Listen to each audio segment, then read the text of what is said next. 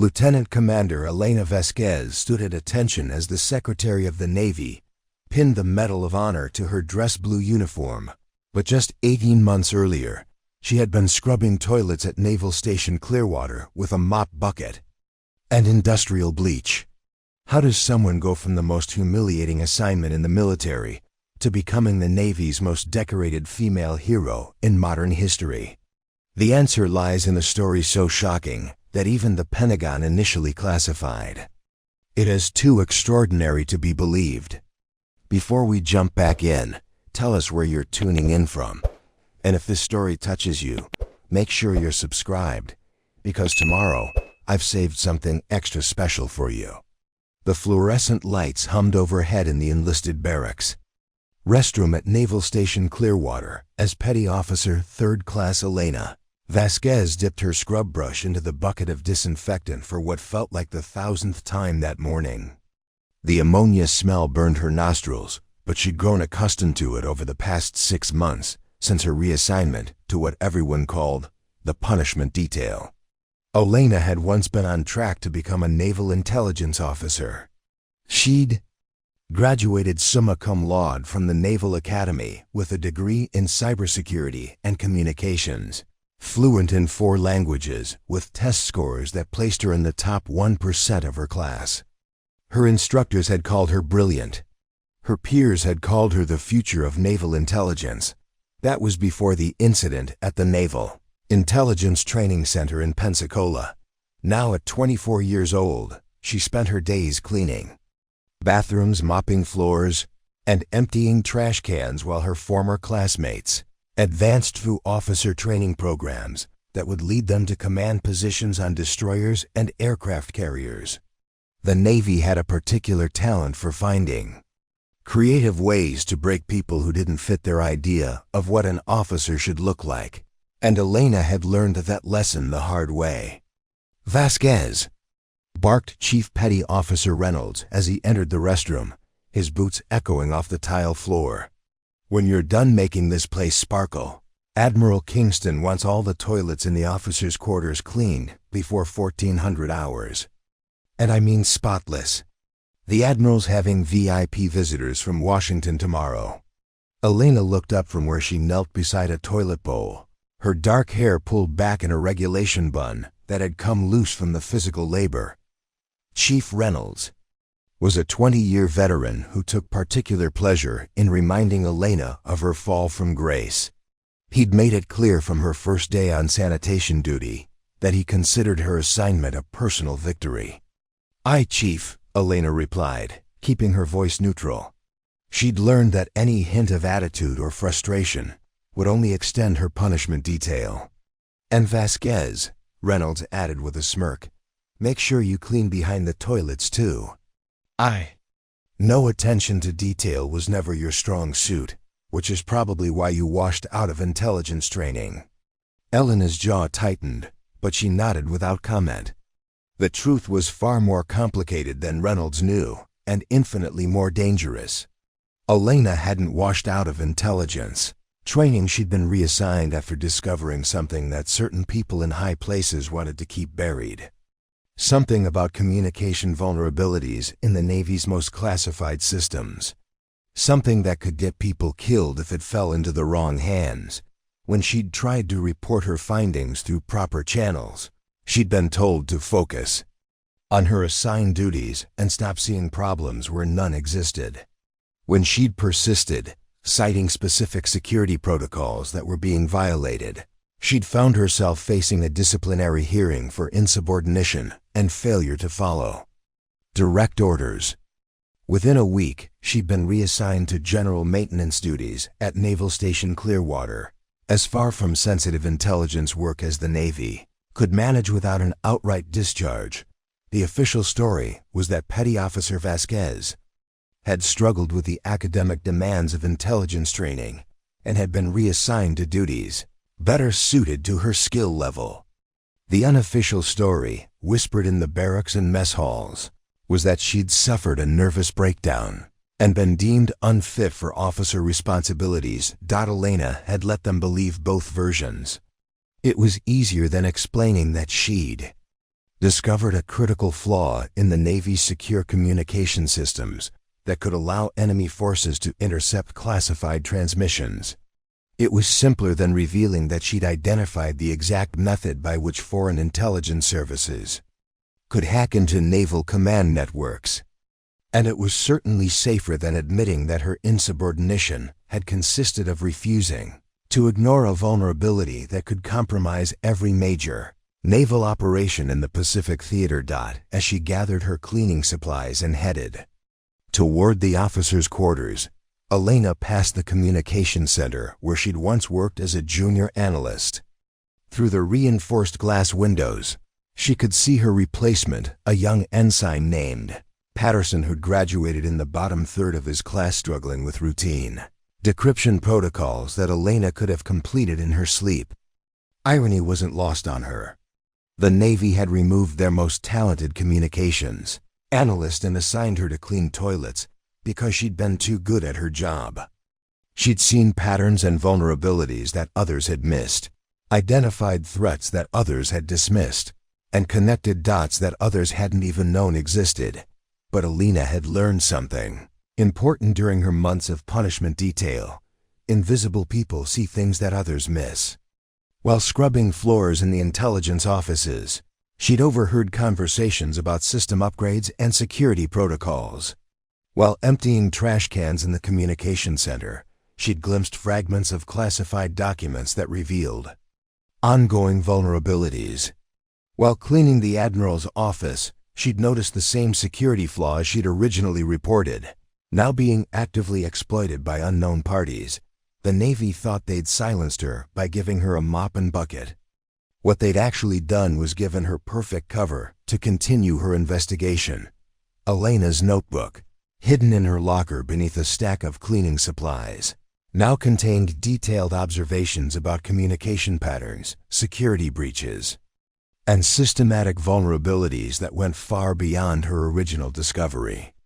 She documented everything with the methodical precision that had made her an exceptional analyst, building a case that would be impossible to ignore. She just needed the right moment to present it. As she approached the officers' quarters with her cleaning cart, Elena had no way of knowing that moment would come sooner than she expected.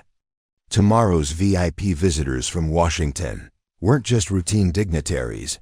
They were members of a joint intelligence committee investigating suspected security breaches in naval communication systems, the same security breaches Elena had been punished for reporting 6 months earlier, the same vulnerabilities that were about to be exploited in an attack that would threaten the lives of 3,000 sailors aboard the USS Meridian, currently deployed in hostile waters off the coast of contested territory. But for now, Elena Vasquez was just another enlisted sailor with a mop and bucket, invisible to the officers who passed her in the hallways. They had no idea that the woman they'd assigned to clean their toilets was about to become the most important person in the United States Navy. The transformation was coming. Elena could feel it in the way the pieces were falling into place, in the pattern of intelligence reports she'd been glimpsing, in the growing urgency of the communications traffic she'd been observing. Soon, very soon, the Navy would discover that their biggest mistake wasn't demoting Elena Vasquez to toilet duty. Their biggest mistake was underestimating what she could accomplish with a security clearance. A keen analytical mind, and the perfect invisibility that came with being dismissed as just another enlisted sailor with a cleaning cart, preparing and narrating. This story took us a lot of time, so if you are enjoying it, subscribe to our channel. It means a lot to us. Now back to the story. Elena's alarm buzzed at 0430 hours, just like it had every morning for the past 6 months. She rolled out of her narrow bunk in the enlisted barracks, careful not to wake her roommate, Petty Officer Second Class Deanna Walsh, who worked the night shift in the radio room. The pre-dawn darkness outside the small porthole window reminded Elena of another life one where she'd been waking up at this hour to brief senior officers on intelligence threats. Not to begin another day of janitorial duties, she dressed quickly. In her working uniform, the same navy blue coveralls worn by maintenance personnel, throughout Naval Station Clearwater. The insignia on her collar bore the 3 chevrons of a petty officer 3rd class, a rank she'd held for 2 years longer than anyone with her qualifications should have. In the normal course of events, someone with Elena's academic record and specialized training would have been promoted to officer status by now, probably holding the rank of lieutenant junior grade and working in the secure communications vault aboard a guided missile destroyer. Instead, she was preparing for another day of cleaning bathrooms and emptying trash cans. Elena had grown up in the small coastal town of Puerto Adelante, where her father worked as a harbor pilot guiding commercial ships through the treacherous waters off the California coast. Her mother, Dr. Carmen Vasquez, had been a linguistics professor at the local university before her death in a car accident when Elena was 16. It was her mother who had sparked Elena's love of languages, teaching her Spanish, Portuguese, and French before she'd even reached high school. The 4th language, Mandarin, Elena had learned on her own during her 4 years at the Naval Academy, driven by an intuition that China would become the Navy's primary strategic concern in the Pacific. That intuition had proven correct, but it had also contributed to her current predicament. Her fluency in Mandarin had made her particularly valuable to naval intelligence, but it had also made her particularly dangerous when she discovered that Chinese cyber warfare units were exploiting vulnerabilities in American naval communications. As Elena gathered her cleaning supplies from the maintenance closet, she reflected on how dramatically her circumstances had changed. 2 years ago, she'd been stationed at the Naval Intelligence Training Center in Pensacola, working under Commander Patricia Holloway in the Communication Security Division. Her days had been spent analyzing intercepted transmissions, identifying potential security threats, and developing countermeasures against foreign intelligence services. Elena had been exceptionally good at her work. Her combination of linguistic skills, technical knowledge, and analytical thinking had allowed her to spot patterns that other analysts missed. She'd successfully identified 3 separate attempts by foreign agents to infiltrate naval communication networks, earning commendations from her superiors and fast-track recommendations for advanced intelligence training. The irony was that her success had ultimately led to her downfall. During a routine analysis of communication traffic from the Pacific Fleet, Elena had noticed anomalies in the encryption patterns of classified transmissions. The irregularities were subtle, the kind of thing that would be invisible to anyone without her specific combination of linguistic training and cybersecurity expertise. But to Elena, they stood out like flashing warning lights. Someone was intercepting and decrypting American naval communications in real time. Elena had spent 3 weeks documenting the evidence, cross-referencing transmission logs with known Chinese intelligence capabilities, and building an airtight case that proved beyond doubt that the Navy's most secure communication systems had been compromised. Her report had been thorough, professional, and absolutely devastating in its implications. The response from her superiors had been swift and brutal. Instead of launching an investigation into the security breach, they'd launched an investigation into Elena. Suddenly, her work was being questioned, her methods were being criticized, and her conclusions were being dismissed as the product of over-analysis and paranoid speculation.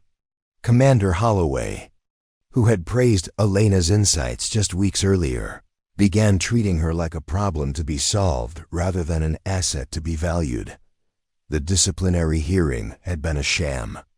Elena had been accused of exceeding her authority by conducting unauthorized analysis of classified communications. She'd been charged with undermining operational security by suggesting that naval systems were vulnerable to foreign interference. Most damaging of all, she'd been labeled as psychologically unstable after refusing to retract her findings and apologize for her mistakes. The hearing board, composed of officers who clearly wanted the problem to disappear as quickly as possible, had given Elena a choice: accept reassignment to general duties at a remote naval station, or face a court-martial for insubordination that would end her military career entirely.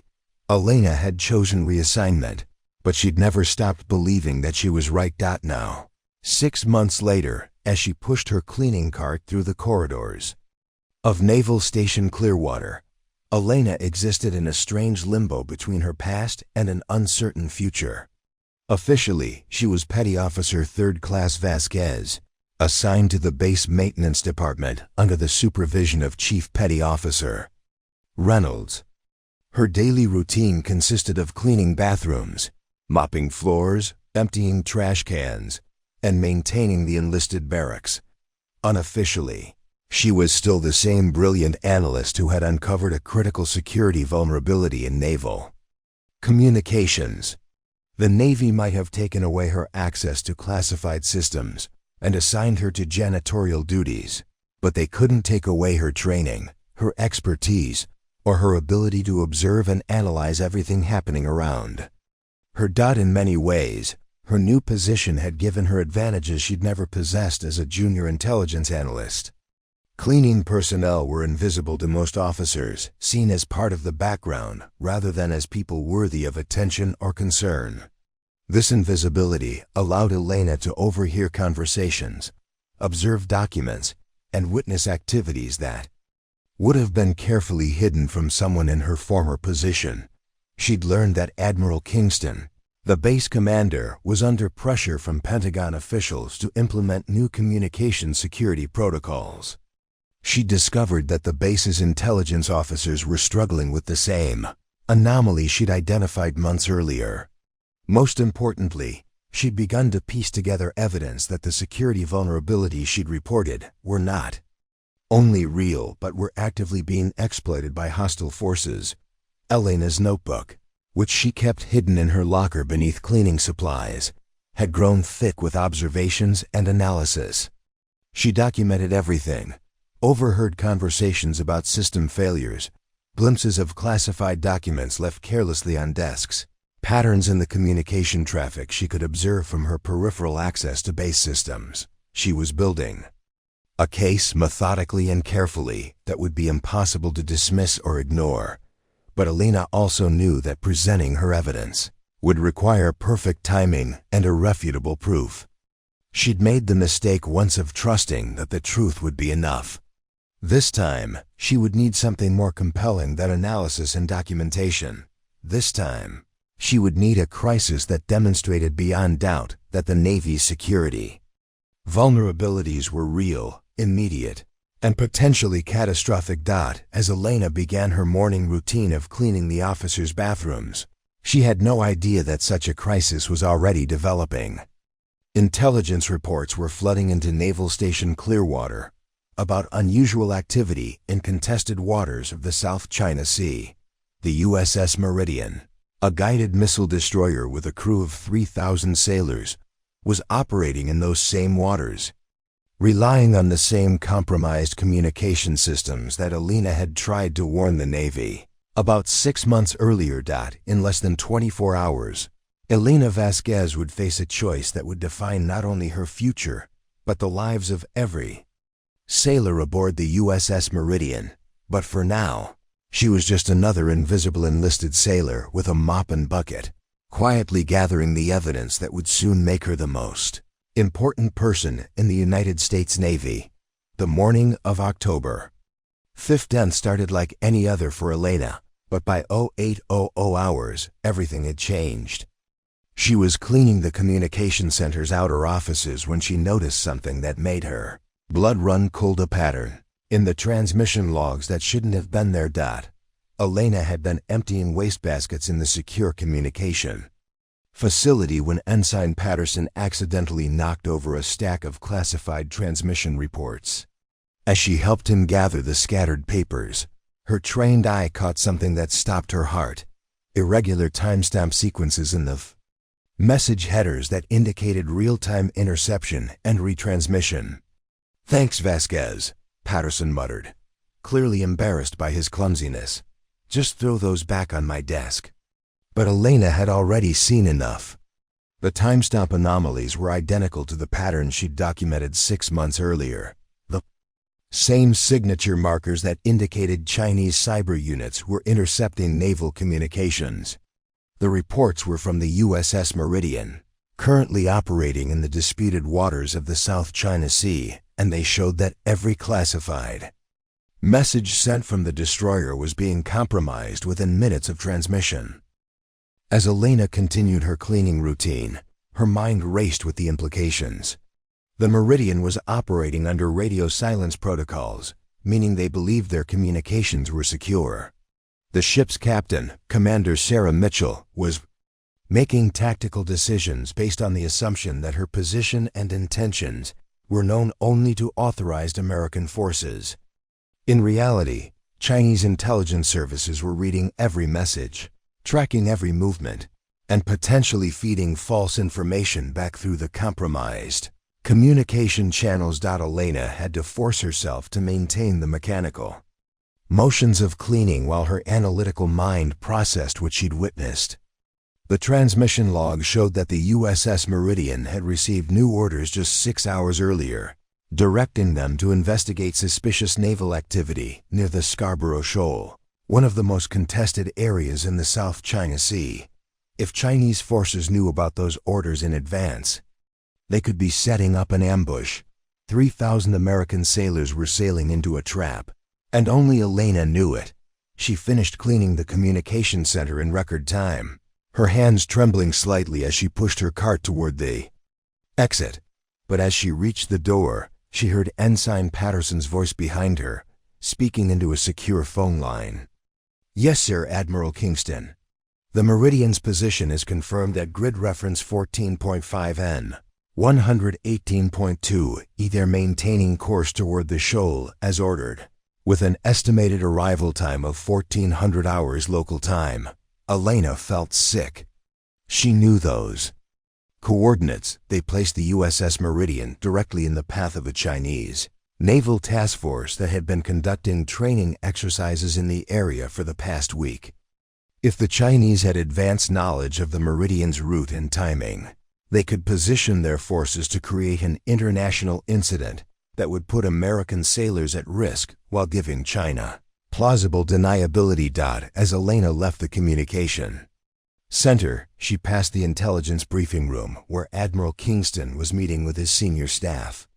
Through the partially open door, she could hear fragments of conversation that confirmed her worst fears.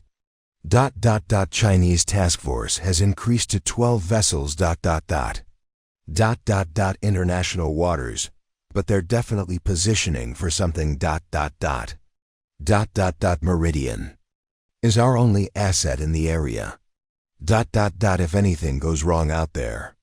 Elena realized that Admiral Kingston and his staff suspected something was amiss, but they had no idea that their own communication systems were feeding intelligence directly to Chinese forces. They were trying to manage a dangerous situation, while being systematically betrayed by the very technology they trusted to keep their operations secure. The weight of knowledge settled on Elena's shoulders like a physical burden. She possessed information that could save 3,000 lives, but she was a disgraced petty officer assigned to cleaning duties. Her previous attempts to report security vulnerabilities had resulted in her demotion and exile to janitorial work. Who would listen to her now? And more importantly, who would believe her? Elena spent the rest of the morning in a fog of anxiety and determination. She mechanically cleaned bathrooms and mopped floors, while her mind worked through possible courses of action. She could try to approach Admiral Kingston directly, but that would likely result in her immediate removal from the base for violating protocol. She could attempt to contact someone at the Pentagon, but she had no secure communication channel and no credibility after her previous insubordination. The breakthrough came during her lunch break when she overheard Chief Petty Officer Reynolds talking to another senior enlisted sailor near the mess hall. "Those Pentagon VIPs arriving tomorrow are going to put everyone under a microscope," Reynolds was saying. "Admiral Kingston is nervous as hell about this Joint Intelligence Committee investigation. They're specifically looking into communication, security breaches, and if they find anything wrong, Elena's pulse quickened. The VIP visitors weren't just routine dignitaries. They were members of a joint intelligence committee, investigating the exact type of security vulnerabilities she'd identified. This was the opportunity she'd been waiting for, but the timing was catastrophic. The USS Meridian would be walking into Chinese-controlled waters hours before the investigators arrived at Naval Station Clearwater. As Elena returned to her afternoon cleaning duties, she made a decision that would change everything. She couldn't wait for the investigation committee to arrive and conduct a leisurely review of communication protocols. The USS Meridian needed immediate protection, and that meant exposing the truth about the compromised systems right now, regardless of the personal consequences. Elena spent the remainder of her shift carefully observing and documenting everything she could access about the communication vulnerabilities. She photographed transmission logs with her personal phone, memorized grid coordinates and timing information, and compiled a comprehensive analysis of the security breach that was currently threatening the USS Meridian. But as she prepared to take action, Elena discovered something that made the situation even more urgent. While cleaning Admiral Kingston's office, she glimpsed an updated intelligence report that showed Chinese naval forces were not conducting routine training exercises. They were positioning for what appeared to be a coordinated response to American naval operations in the disputed territory. The Chinese forces knew exactly where the USS Meridian was going, when they would arrive, and what their mission parameters were.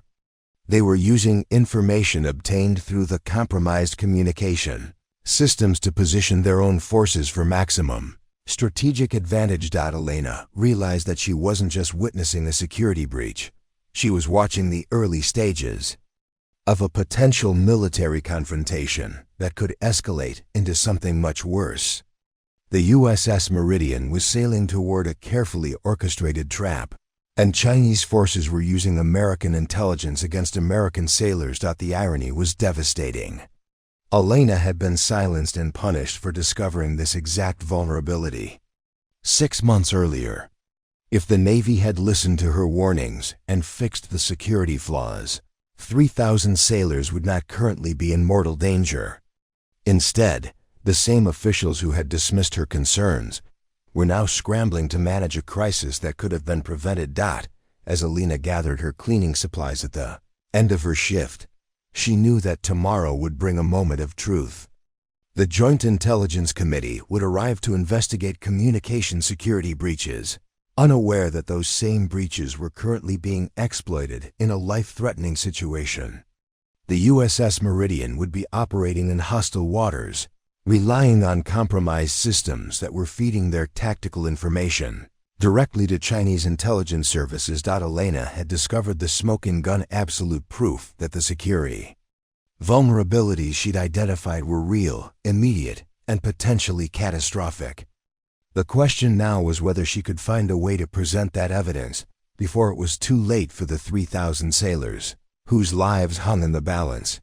Standing in the empty corridor outside Admiral Kingston's office, Elena made a choice that would define not only her future, but the fate of everyone aboard the USS Meridian. She would not remain silent again. She would not allow bureaucratic politics and personal vendettas to cost American lives. Tomorrow, Elena Vasquez would stop being an invisible janitor and become the most important person in the United States Navy. But first, she had to survive the night and find a way to make people listen to the truth they had refused to hear. 6 months earlier, the USS Meridian was sailing toward disaster, and Elena was the only person who could prevent it. Elena's first attempt to sound the alarm came at 0600 hours. The next morning, she had spent the entire night rehearsing what she would say, organizing her evidence, and preparing for the inevitable skepticism she would face. The USS Meridian was now less than 8 hours away from entering the most dangerous waters in the South China Sea, and Elena knew she had to act immediately. She approached Lieutenant Commander James Hutchinson, the base intelligence officer. As he arrived for his morning shift, Hutchinson was a career naval officer with 15 years of experience.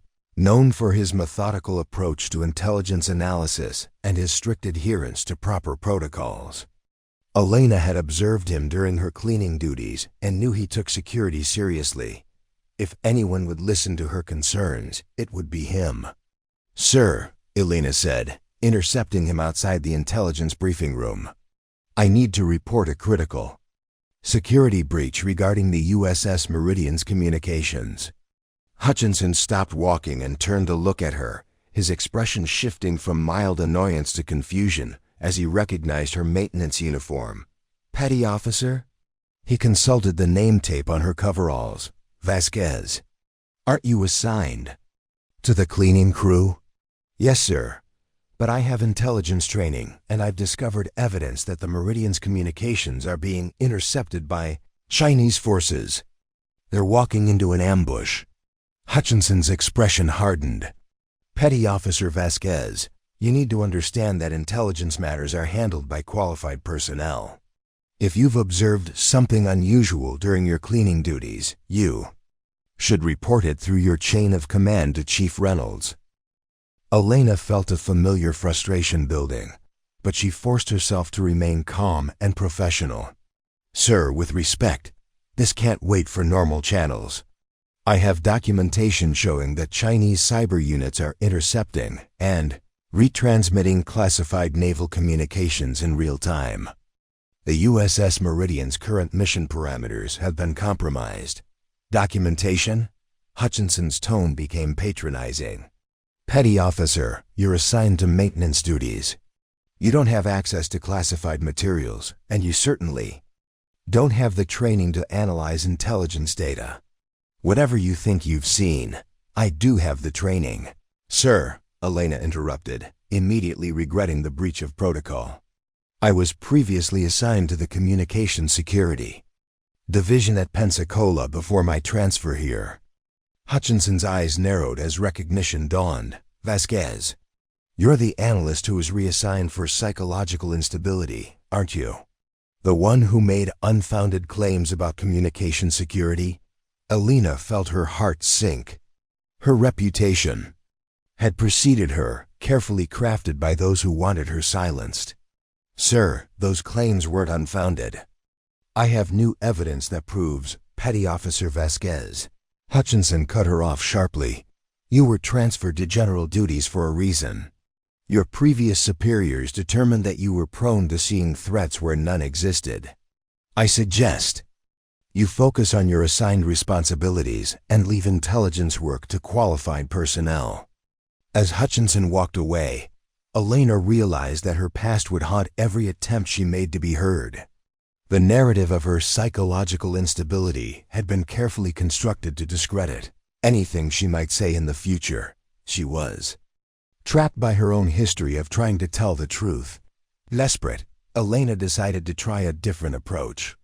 She waited until Chief Petty Officer Reynolds finished his morning briefing and approached him near the maintenance office. "Chief, I need to speak with Admiral Kingston about a critical security matter involving the USS Meridian." Reynolds looked at her with the same expression he might reserve for a particularly annoying insect. "Vasquez, have you been sniffing too? Much cleaning fluid? You want to talk to the Admiral about security matters?" "Chief, please listen. I have evidence that the Meridian's communications are compromised. Chinese forces know their exact position and mission parameters." Reynolds laughed, actually laughed at her statement. "Oh, this is rich. The toilet scrubber thinks she's an intelligence analyst. Let me explain something to you, Vasquez. You clean bathrooms. You mop floors. You empty trash cans. You do not analyze intelligence. You do not assess security threats. And you definitely do not bother flag officers with your paranoid fantasies." Elena tried to maintain her composure, but she could feel her desperation growing. "Chief, I'm not asking you to believe me. I'm asking you to let me present my evidence to someone who can evaluate it properly." "Evidence?" Reynolds' voice dripped with contempt. "What evidence could you possibly have? Did you find secret Chinese spy codes written on bathroom walls? Did enemy agents leave classified documents in the trash cans you empty? The mocking tone was designed to humiliate, and Elena felt heat rising in her cheeks. Chief, I understand how this sounds, but no, you don't understand, Reynolds interrupted. You don't understand that you're a screw-up who couldn't hack it in intelligence work. You don't understand that you were transferred here because you're not competent enough for anything more challenging than pushing a mop.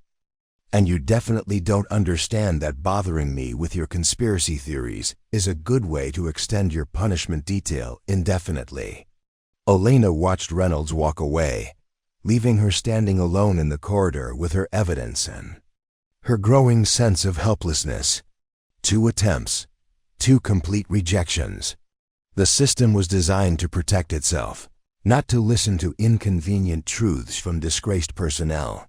Her 3rd attempt came an hour later when she tried to approach Captain Victoria Sterling, the base operations officer. Sterling was known for her direct communication style and her willingness to consider unconventional solutions to operational problems. Elena hoped that a female officer might be more willing to listen. Captain Sterling, I need to report a critical security issue affecting current naval operations. Sterling turned from her conversation with another officer, her expression immediately skeptical when she saw Elena's maintenance uniform. And you are? Petty Officer 3rd Class, Elena Vasquez. Ma'am, I've discovered evidence that Chinese forces are intercepting communications from the USS Meridian in real time. Sterling's expression shifted from skepticism to irritation. Petty Officer, are you the same Vasquez who was transferred here from Pensacola for making unfounded security claims? Elena's heart sank again. Her reputation had spread throughout the command structure. Yes, ma'am, but then you should know better than to waste my time with more conspiracy theories, Sterling cut her off. Your previous commanders made it very clear that you have a tendency toward paranoid speculation. I suggest you focus on your assigned duties and stop trying to create problems where none exist. As Captain Sterling walked away, Elena realized that she wasn't just fighting against skepticism, she was fighting against a carefully constructed narrative designed to discredit her before she could even speak. Every officer on the base had been briefed about her psychological issues and her tendency toward unfounded paranoia. Her past attempts to report security vulnerabilities had been reframed as evidence of mental instability. The final blow came when Elena attempted to submit a written report through official channels.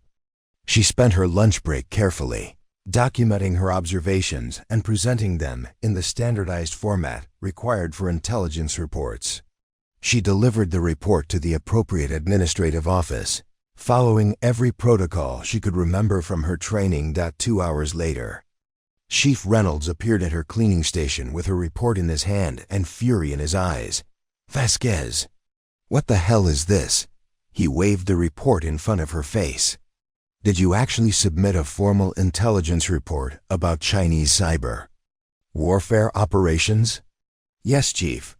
I followed proper procedures for reporting security concerns. Proper procedures? Reynolds's voice rose to a shout that attracted attention from nearby personnel. You're a goddamn janitor. You don't file intelligence reports. You don't analyze enemy capabilities.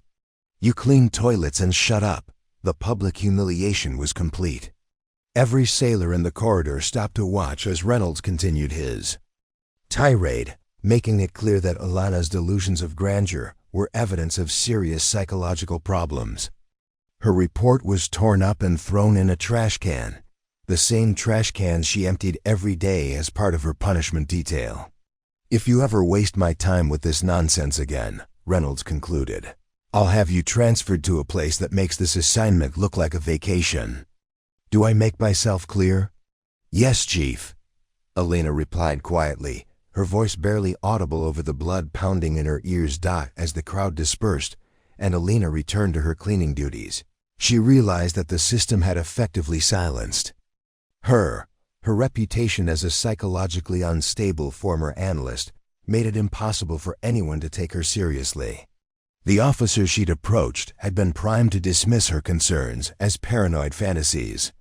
Her written report had been destroyed before it could reach anyone with the authority to act on it. Meanwhile, the USS Meridian continued sailing toward its rendezvous with Chinese naval forces, relying on compromised communication systems that were feeding tactical intelligence directly to potential enemies. 3,000 American sailors remained in mortal danger, and the only person who knew about the threat had been effectively neutralized by bureaucratic character assassination. Elena stood in the empty corridor, surrounded by her cleaning supplies, feeling more isolated and powerless than she had ever felt in her life. The truth wasn't enough when no one was willing to listen.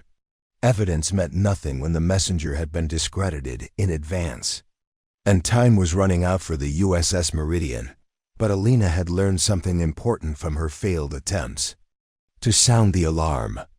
The system would never listen to Petty Officer Third Class Vasquez, the disgraced janitor with delusions of intelligence expertise.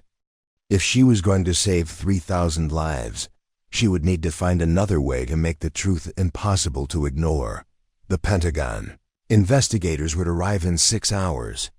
The USS Meridian would enter the most dangerous waters in the South China Sea in 4 hours. And Elena Vasquez would have to decide whether she was willing to risk everything on one final, desperate attempt to make someone listen to the truth that could save them all. After the humiliation in the corridor, Elena retreated to the maintenance supply closet where she kept her cleaning equipment. Her hands shook as she pulled out her hidden notebook, the leather-bound journal that contained months of carefully documented observations. The rejection stung, but it also crystallized her resolve. If the Navy wouldn't listen to Petty Officer Third Class Vasquez, then she would have to become someone they couldn't ignore. Elena spent the next hour reviewing everything she had compiled. Over the past 6 months, her notebook contained far more than just recent observations about the USS Meridian. Page after page detailed a comprehensive pattern of security vulnerabilities that went beyond simple communication interception. She had documented systematic weaknesses in naval cybersecurity protocols, identified specific entry points that foreign intelligence services were exploiting, and traced the flow of compromised information through multiple naval commands. What Elena possessed wasn't just evidence of a single security breach.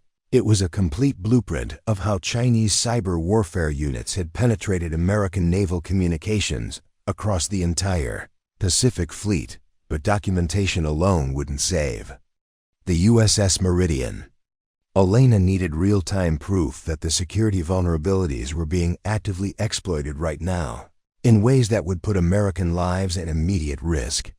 She needed evidence so compelling that even her discredited reputation couldn't undermine its impact. Elena made a decision that would have terrified her 6 months earlier. She was going to conduct her own covert intelligence operation. Her first advantage was her invisibility. As a member of the cleaning crew, Elena had access to virtually every area of Naval Station Clearwater during off hours. Security personnel were accustomed to seeing maintenance workers moving through restricted areas, emptying trash and performing routine cleaning duties. Her presence in sensitive locations wouldn't trigger suspicion as long as she maintained her cover as a simple janitor. Elena's second advantage was her training. Despite her current assignment, she retained all the skills that had made her an exceptional intelligence analyst. She knew how to recognize patterns in communication traffic, how to identify security vulnerabilities in computer systems, and how to trace the flow of classified information through complex networks. Most importantly, Elena understood the enemy's methodology. Her months of analysis had revealed exactly how Chinese cyber units operated, what signatures they left behind, and how they masked their intrusion activities. She knew what to look for and where to find it. That evening, after the day shift had ended and most officers had left their posts, Elena began her investigation. She started in the communication center, where she had legitimate access for cleaning purposes. While emptying wastebaskets and dusting equipment, she memorized security codes that operators had carelessly left visible, noted the positions of surveillance cameras, and identified which computer terminals remained logged in after hours. Elena discovered that the night shift communication staff was minimal, only 2 operators monitoring routine traffic while the senior analysts worked regular day hours. This skeleton crew meant that sensitive terminals were often left unattended for extended periods, creating opportunities for someone with Elena's expertise to gather intelligence without detection, using her knowledge of naval communication protocols. Elena gained access to transmission logs that showed the real-time status of the USS Meridian. What she found confirmed her worst fears. The destroyer was maintaining strict communication schedules that were being perfectly tracked by unknown external parties. Every status report, every position update, every tactical communication was being intercepted, analyzed, and retransmitted within minutes of its original transmission. But Elena needed more than confirmation of the breach. She needed to identify the specific method being used and trace it to its source. Over the following nights, she systematically investigated every aspect of the base's communication infrastructure, using her cleaning duties as cover for an increasingly sophisticated intelligence operation. Elena's breakthrough came when she discovered that the communication interception wasn't happening through traditional hacking methods. The Chinese cyber units weren't breaking into American systems from the outside. They had installed malicious software directly into the hardware components of naval communication equipment.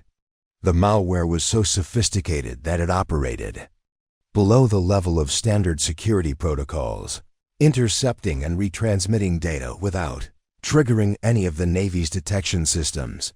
This discovery explained why her previous warnings had been dismissed.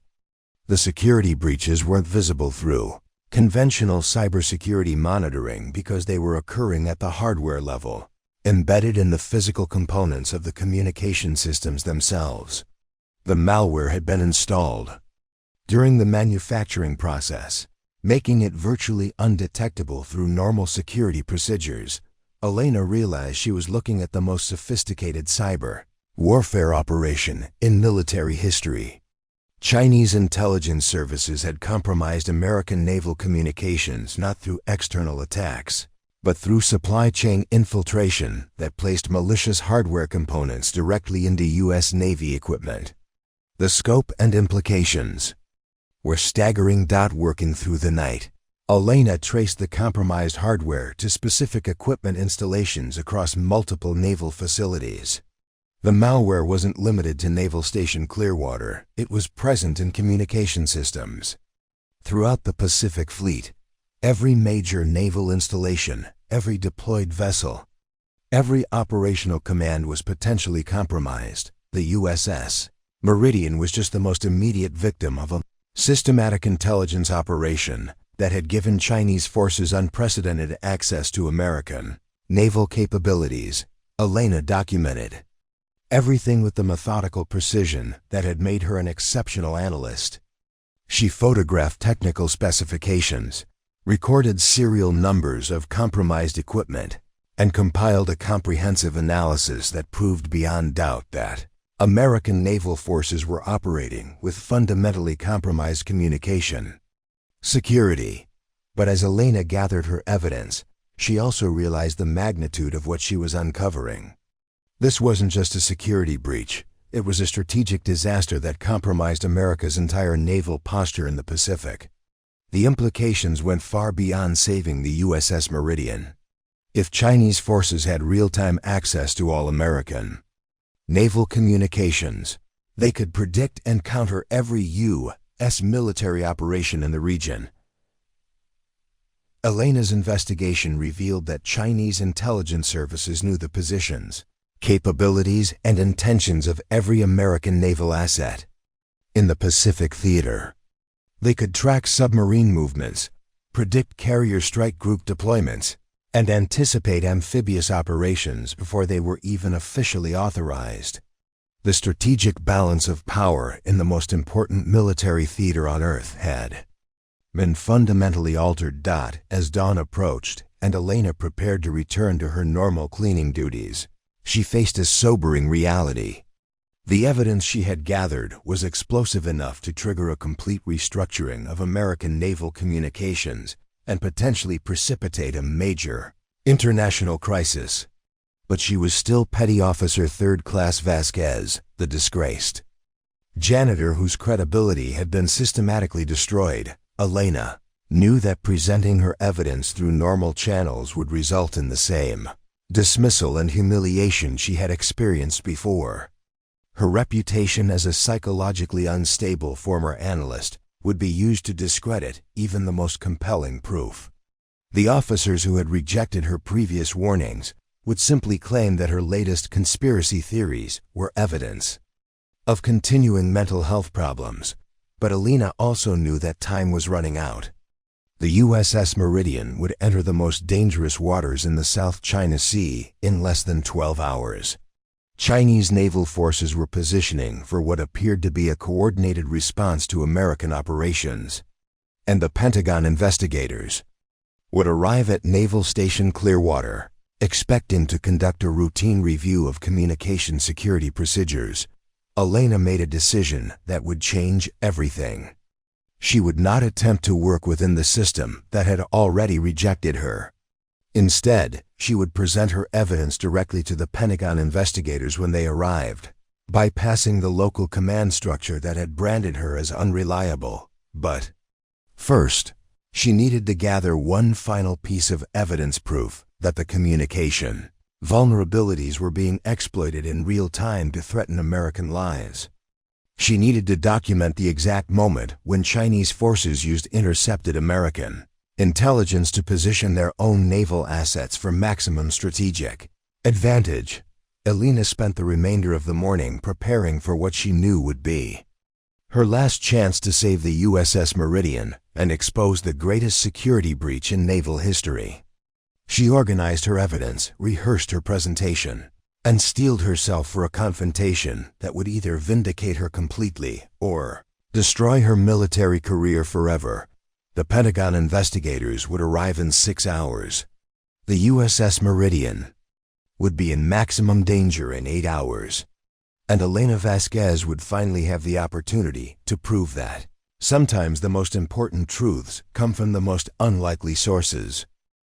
But she also knew that her window of opportunity would be measured in minutes, not hours. She would have one chance to present her evidence before the same forces that had silenced her before could intervene again. Elena gathered her notebook, her photographs, and her documented proof of the greatest cyber warfare operation in military history.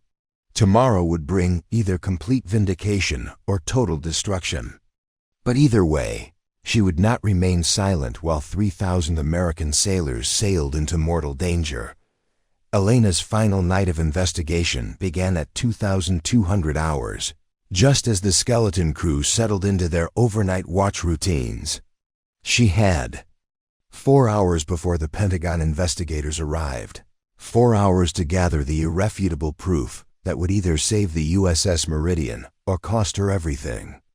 As she pushed her cleaning cart through the dimly lit corridors of Naval Station Clearwater, Elena carried with her the weight of 3,000 lives and the knowledge that she was about to cross a line from which there would be no return. Her first target was the secure communication vault, a restricted area that housed the base's most sensitive transmission equipment. Elena had observed the security protocols for weeks, noting that the night shift guards conducted routine patrols every 45 minutes, leaving brief windows when the vault's outer corridor was unmonitored. Her cleaning schedule gave her legitimate access to adjacent areas, and her months of careful observation had revealed the exact timing she needed. As Elena approached the vault's outer security checkpoint, her heart hammered against her ribs. She had memorized the access codes she'd observed during her cleaning duties, but using them would constitute a serious breach of security protocols. If she was discovered, her court-martial would be swift and decisive. But if she remained silent, the USS Meridian would sail into Chinese-controlled waters with every tactical advantage flowing to enemy forces. The security door accepted her borrowed access code without triggering any alarms. Elena slipped inside the outer corridor and made her way toward the main communication hub, where the base's most critical transmission equipment operated around the clock. The soft hum of electronic equipment filled the air, punctuated by the occasional chirp of incoming messages from naval assets across the Pacific Theater. Elena's training kicked in as she approached the primary communication console. She needed to access real-time transmission logs that would show exactly how Chinese forces were intercepting and retransmitting American naval communications. But she also needed to do it without leaving any trace of her presence or triggering security protocols that would expose her unauthorized access. Using techniques she had learned during her intelligence training, Elena gained access to the communication system's diagnostic protocols. What she found there exceeded even her worst expectations. The malicious hardware she had identified wasn't just intercepting communications, it was actively modifying them before retransmission to American forces. USS Meridian wasn't just being tracked by Chinese intelligence services. The destroyer was receiving false information that had been carefully crafted to lure them into an even more dangerous position than Elena had initially realized. According to the diagnostic logs, the USS Meridian had received updated intelligence reports suggesting that Chinese naval forces had withdrawn from the contested area around Scarborough Shoal. The reports indicated that the destroyer could proceed with their reconnaissance mission without significant risk of confrontation. But Elena's analysis revealed that these reports had been generated by Chinese cyber warfare units and injected into American communication channels through the compromised hardware. In reality, Chinese naval forces hadn't withdrawn, they had expanded their presence in the area and were positioning for what appeared to be a coordinated response to American operations. The USS Meridian was being deliberately guided into a position where Chinese forces would have overwhelming tactical advantages. Elena documented everything with her phone's camera, capturing screen images of the diagnostic data that proved Chinese forces were not only intercepting American communications, but actively manipulating them to influence American tactical decisions. The implications were staggering. If Chinese cyber units could inject false intelligence into American naval communications, they could effectively control American naval operations throughout the Pacific Theater. As Elena continued her investigation, she discovered additional evidence that made the situation even more critical. The compromised communication equipment wasn't limited to Naval Station Clearwater or even the Pacific Fleet. The malicious hardware had been installed in naval facilities across the globe, giving Chinese intelligence services unprecedented access to American military communications worldwide. Elena traced the compromised equipment to its source and made a discovery that shook her to her core. The malicious hardware had been manufactured by Meridian Electronics, a defense contractor that had won exclusive contracts to supply communication equipment to the U.S. Navy over the past 3 years. The company's manufacturing facilities were located in several countries, including subsidiaries in regions where Chinese intelligence services had significant influence. The cyber warfare operation Elena had uncovered wasn't just sophisticated, it was systematic, long-term, and global in scope.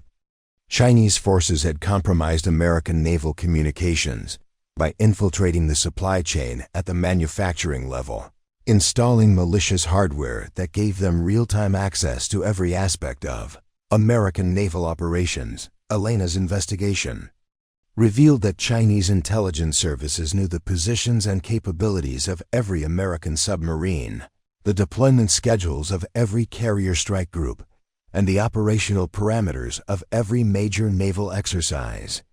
They could predict American responses to international crises, anticipate military deployments, and counter American strategic initiatives before they were even officially implemented. The USS Meridian was just the most immediate victim of an intelligence operation that had fundamentally compromised American national security. As Elena gathered her evidence, she also monitored real-time communication traffic between Naval Station Clearwater and the USS Meridian. What she observed filled her with growing dread. The destroyer was proceeding with their mission based on false intelligence provided by Chinese cyber warfare units. Captain Mitchell and her crew believed they were operating in relatively safe waters, unaware that Chinese naval forces were using their own communication systems to guide them to a carefully prepared trap. Elena watched as the USS Meridian reported their position every 4 hours, with each transmission being immediately intercepted, analyzed, and retransmitted to Chinese naval commanders. The destroyer's course, speed, and tactical intentions were being broadcast in real time to the very forces they might soon face in combat. The situation became even more urgent when Elena discovered that Chinese naval forces had positioned submarines along the USS Meridian's projected course. The submarines were maintaining complete radio silence, making them invisible to American surveillance systems. But their positions had been carefully calculated based on intercepted intelligence about the destroyer's mission parameters. Elena realized that the USS Meridian was sailing into a submarine ambush, guided there by false intelligence that had been injected into American communication channels by Chinese cyber warfare units. The destroyer's crew had no idea they were being systematically deceived by their own communication systems. As dawn approached and Elena prepared to conclude her investigation, she made one final discovery that crystallized the magnitude of the threat. Chinese forces weren't just positioning for a defensive response to American naval operations. They were preparing for what appeared to be a coordinated offensive action that would use the USS Meridian incident as justification for broader military confrontation. Elena's analysis of communication patterns revealed that Chinese naval forces throughout the South China Sea were moving into position for synchronized operations. The ambush of the USS Meridian wasn't an isolated incident. It was the opening move in a larger strategic operation designed to establish Chinese dominance over the entire region. The stakes had escalated far beyond saving 3,000 American lives.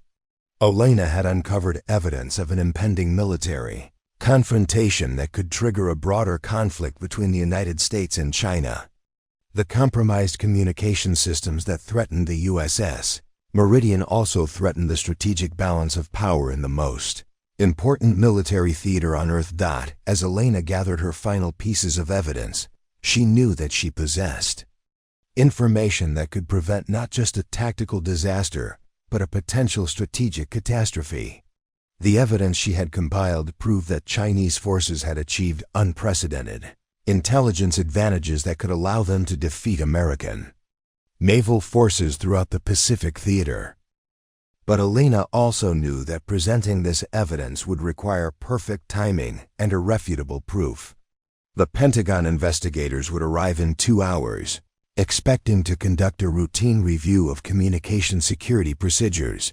Instead, they would be confronted with evidence of the most sophisticated and dangerous cyber warfare operation in military history. Elena had spent 6 months being dismissed as a paranoid janitor with delusions of intelligence expertise. In 2 hours, she would either be vindicated as the person who prevented a strategic disaster, or she would be court-martialed for conducting unauthorized intelligence operations that violated numerous federal laws. The USS Meridian was now 6 hours away from entering the kill zone where Chinese submarines waited in ambush. Chinese naval forces throughout the region were positioning for coordinated operations that could reshape the balance of power in the Pacific. And Elena Vasquez, the disgraced petty officer who cleaned toilets, was the only person who could prevent a catastrophe that would echo through history. As she prepared to face the Pentagon investigators, Elena knew that the next few hours would determine not just her own fate, but the fate of American naval power in the 21st century. At 0600 hours, 3 black SUVs rolled through the main gate of Naval Station Clearwater, carrying the Pentagon investigation team that would either vindicate Elena's warnings or destroy her completely. Elena watched from the maintenance building as the vehicles proceeded toward the administration complex, her notebook clutched tightly in her hands and her heart pounding with the knowledge that she had perhaps 30 minutes before Admiral Kingston's security briefing would begin. The investigation team consisted of 5 senior officials, led by Rear Admiral Patricia Blackstone, the Navy's Deputy Chief of Information Warfare. Elena had researched Blackstone extensively during her preparation, learning that the Admiral was known for her analytical precision and her intolerance for both security breaches and false alarms. Blackstone's reputation suggested she would evaluate evidence based on facts rather than personal biases, but she would also demand irrefutable proof before taking action. Elena had spent the past hour finalizing her presentation, organizing her evidence into a logical sequence that would build an undeniable case for immediate action. She had photographs of compromised hardware, documented communication intercepts, technical analysis of the malicious software, and real-time intelligence, showing Chinese forces positioning for coordinated operations. Everything was ready except for one critical element. Elena still needed a way to get Blackstone's attention without being intercepted by the local command structure that had already branded her as unreliable. Admiral Kingston's security briefing was scheduled to begin at 0630 hours in the main conference room. Elena knew that Kingston would present the investigation team with a sanitized version of the base's security status, carefully omitting any mention of the communication vulnerabilities she had identified. The Admiral couldn't acknowledge Elena's warnings without admitting that his command had ignored critical security threats for months. Elena's first opportunity came when she observed the investigation team's arrival at the administration building. As the officials gathered their briefing materials and prepared to enter the conference room, Elena made a decision that would irrevocably commit her to a course of action from which there could be no retreat. She approached the building's main entrance, still wearing her maintenance uniform and carrying her cleaning supplies, but also carrying the evidence that could prevent a strategic catastrophe. Her plan was simple but desperate: intercept Rear Admiral Blackstone before the official briefing began and present her findings directly, bypassing the local command structure entirely. Elena's hands trembled as she entered the administration building, knowing that she was about to violate numerous military protocols and potentially end her career. But the USS Meridian was now less than 4 hours from entering the kill zone where Chinese submarines waited in ambush, and Elena knew that Admiral Kingston's briefing would contain nothing that could save them. As Elena approached the conference room, she could hear Admiral Kingston's voice beginning the security briefing. Through the partially open door, she glimpsed Rear Admiral Blackstone and her team settling into their seats, preparing to receive what they expected would be a routine assessment of communication security procedures. Elena took a deep breath and knocked on the conference room door. "Come in," Admiral Kingston called out, his voice carrying a note of irritation at the interruption. Elena entered the room, immediately drawing stares from the investigation team as they registered her maintenance uniform and obvious enlisted status. Admiral Kingston's expression shifted from irritation to fury as he recognized her. "Petty Officer Vasquez," Kingston said, his voice dangerously quiet, "you were not summoned to this briefing. Return to your duties immediately." "Admiral Blackstone," Elena said, addressing the investigation team leader directly while ignoring Kingston's order. "I have critical intelligence regarding systematic communication security breaches that are currently threatening the USS Meridian and potentially the entire Pacific Fleet." The room erupted in shocked silence. Kingston's face turned red with rage, but Rear Admiral Blackstone raised her hand to prevent him from speaking. "Petty officer," Blackstone said calmly, "you understand that interrupting a classified briefing is a serious breach of protocol." "Yes, ma'am," Elena replied, her voice steadying as she committed fully to her course of action. "But the intelligence I possess is time-sensitive and directly relevant to your investigation. The USS Meridian is currently sailing into a Chinese submarine ambush based on false intelligence that has been injected into our communication systems through compromised hardware." Admiral Kingston could no longer contain himself. "Admiral Blackstone, I apologize for this interruption. Petty Officer Vasquez was transferred to this base for psychological instability and has a history of making unfounded security claims. She should be removed immediately." But Blackstone was studying Elena with the calculating gaze of an experienced intelligence officer. "Petty Officer Vasquez, you said you have intelligence about communication security breaches. What evidence do you possess?" Elena pulled out her notebook and the photographs she had taken during her investigation. "Ma'am, I have documented proof that Chinese cyber warfare units have compromised American naval communications through malicious hardware installed during the manufacturing process. They are not only intercepting our transmissions, but actively manipulating them to influence our tactical decisions." "That's enough," Kingston exploded. "Admiral Blackstone, this sailor was deemed unfit for intelligence work after making similar paranoid accusations at her previous assignment. Her claims have been thoroughly investigated and found to be baseless."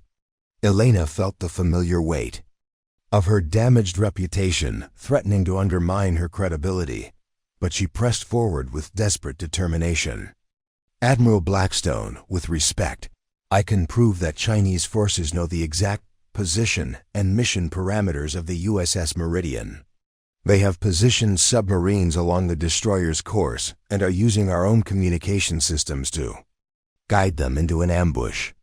Blackstone's expression remained neutral, but Elena detected a flicker of interest in the Admiral's eyes. "Petty officer, these are serious allegations. Do you have specific evidence to support them?" Elena opened her notebook and began presenting her findings with the same analytical precision that had made her an exceptional intelligence analyst. She showed photographs of the compromised hardware, technical specifications of the malicious software, and documented evidence of communication intercepts. As she spoke, Elena watched Blackstone's expression shift from skepticism to concern. "Ma'am," Elena continued, "the USS Meridian received intelligence reports 6 hours ago suggesting that Chinese naval forces had withdrawn from the Scarborough Shoal area. My analysis proves that these reports were generated by Chinese cyber warfare units and injected into our communication channels. The destroyer is proceeding with their mission based on false intelligence." Admiral Kingston interrupted again, his voice rising with anger. "Admiral Blackstone, I must insist that this briefing continue without further disruption from unstable personnel. Petty Officer Vasquez has no access to classified intelligence and no authority to analyze communication security." But Elena had anticipated this attack on her credibility. "Admiral Blackstone, I understand that my reputation has been damaged by previous attempts to report these vulnerabilities. But the evidence I'm presenting can be independently verified. The compromised hardware is physically present in this facility, and the communication intercepts can be confirmed through your own diagnostic systems." Elena's moment of truth had arrived. She pulled out the most damning piece of evidence she had discovered: real-time communication logs showing Chinese forces coordinating their submarine positions based on intercepted intelligence about the USS Meridian's course and timing. "Ma'am," Elena said, her voice carrying the weight of absolute conviction, "Chinese submarines are currently positioned at grid coordinates that correspond exactly to the USS Meridian's projected route. These positions were calculated using intelligence obtained through our compromised communication systems. The destroyer is sailing directly into a coordinated ambush. The room fell silent as Elena's words sank in. Rear Admiral Blackstone studied the evidence with growing alarm, while Admiral Kingston's face cycled through expressions of rage, confusion, and dawning concern. Elena knew that the next few moments would determine everything. Either Admiral Blackstone would recognize the validity of her evidence and take immediate action to save the USS Meridian, or Elena would be removed from the briefing and court-martialed for insubordination, leaving 3,000 sailors to face an ambush that could trigger a broader military confrontation. The investigation team leader looked up from Elena's documentation, her expression grave. "Petty Officer Vasquez, if your analysis is correct, how much time do we have before the USS Meridian enters the danger zone?" Elena checked her watch, calculating the destroyer's position based on their last reported course and speed. "Less than 3 hours, ma'am. And every minute we delay gives Chinese forces more time to optimize their ambush positions." Admiral Blackstone turned to Admiral Kingston, her voice carrying unmistakable authority. "Admiral, I need immediate access to your communication diagnostic systems. If Petty Officer Vasquez's allegations are accurate, we have a national security crisis that requires immediate response." Elena felt a surge of hope as she realized that Admiral Blackstone was taking her evidence seriously. But she also knew that the most critical moments were still ahead. Convincing the investigation team was only the first step. Now they would need to verify her findings, alert the USS Meridian to the danger, and potentially restructure American naval communications to address vulnerabilities that threatened the entire Pacific Fleet. The USS Meridian was running out of time, and Elena Vasquez had finally found someone willing to listen to the truth that could save 3,000 lives. The verification process began immediately in Naval Station Clearwater's Secure Communication Center. Admiral Blackstone's team of technical specialists descended on the facility like a surgical strike force, their portable diagnostic equipment interfacing with the base's communication systems, while Elena guided them through the evidence she had painstakingly gathered over months of investigation. What they discovered in the first 30 minutes exceeded even Elena's worst projections. Commander Thomas Wright, Blackstone's chief cybersecurity analyst, looked up from his diagnostic terminal with an expression of barely controlled alarm. "Admiral, Petty Officer Vasquez's analysis is not only accurate, it's conservative. The malicious hardware penetration is more extensive than her initial assessment indicated." Elena watched as the investigation team's portable systems revealed the full scope of the compromise. The malicious software wasn't just intercepting and manipulating communications from Naval Station Clearwater. It was simultaneously operating across 17 major naval facilities throughout the Pacific Theater.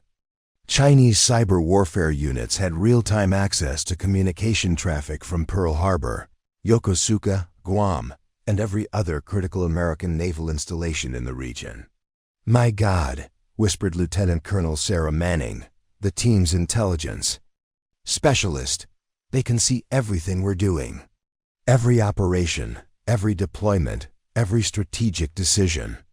But as the investigation team worked to confirm Elena's findings, disaster struck from an unexpected direction. At 0734 hours, the USS Meridian's communication system experienced what appeared to be a routine hardware malfunction. The destroyer's primary communication array went offline, cutting their direct link to Pacific Fleet Command and forcing them to rely on secondary systems for emergency transmissions only. Elena immediately recognized what was happening. "Admiral, that's not a malfunction. The Chinese cyber units are cutting the Meridian's communication capabilities to prevent us from warning them about the ambush." Commander Wright's fingers flew across his diagnostic keyboard as he traced the source of the USS Meridian's communication failure. "She's right. The malfunction is being triggered remotely through the compromised hardware." Chinese forces are isolating the destroyer to prevent any warning from reaching them. Admiral Blackstone's face hardened with the realization that they were not just observing a security breach, they were witnessing an active, military operation designed to neutralize American naval assets. How long until the Meridian enters the danger zone? Elena consulted her calculations, factoring in the destroyer's last known position and course. 2 hours and 15 minutes, ma'am. But without communication capabilities, they can't receive new orders or warnings.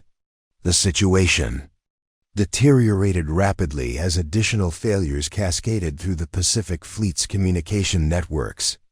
The compromised hardware that Elena had identified wasn't just spying on American naval operations, it was systematically disabling American capabilities at the moment when they were needed, most. USS Ronald Reagan, the aircraft carrier leading a strike group 200 nautical miles from the USS Meridian's position, suddenly lost encrypted communication capabilities with their escort vessels.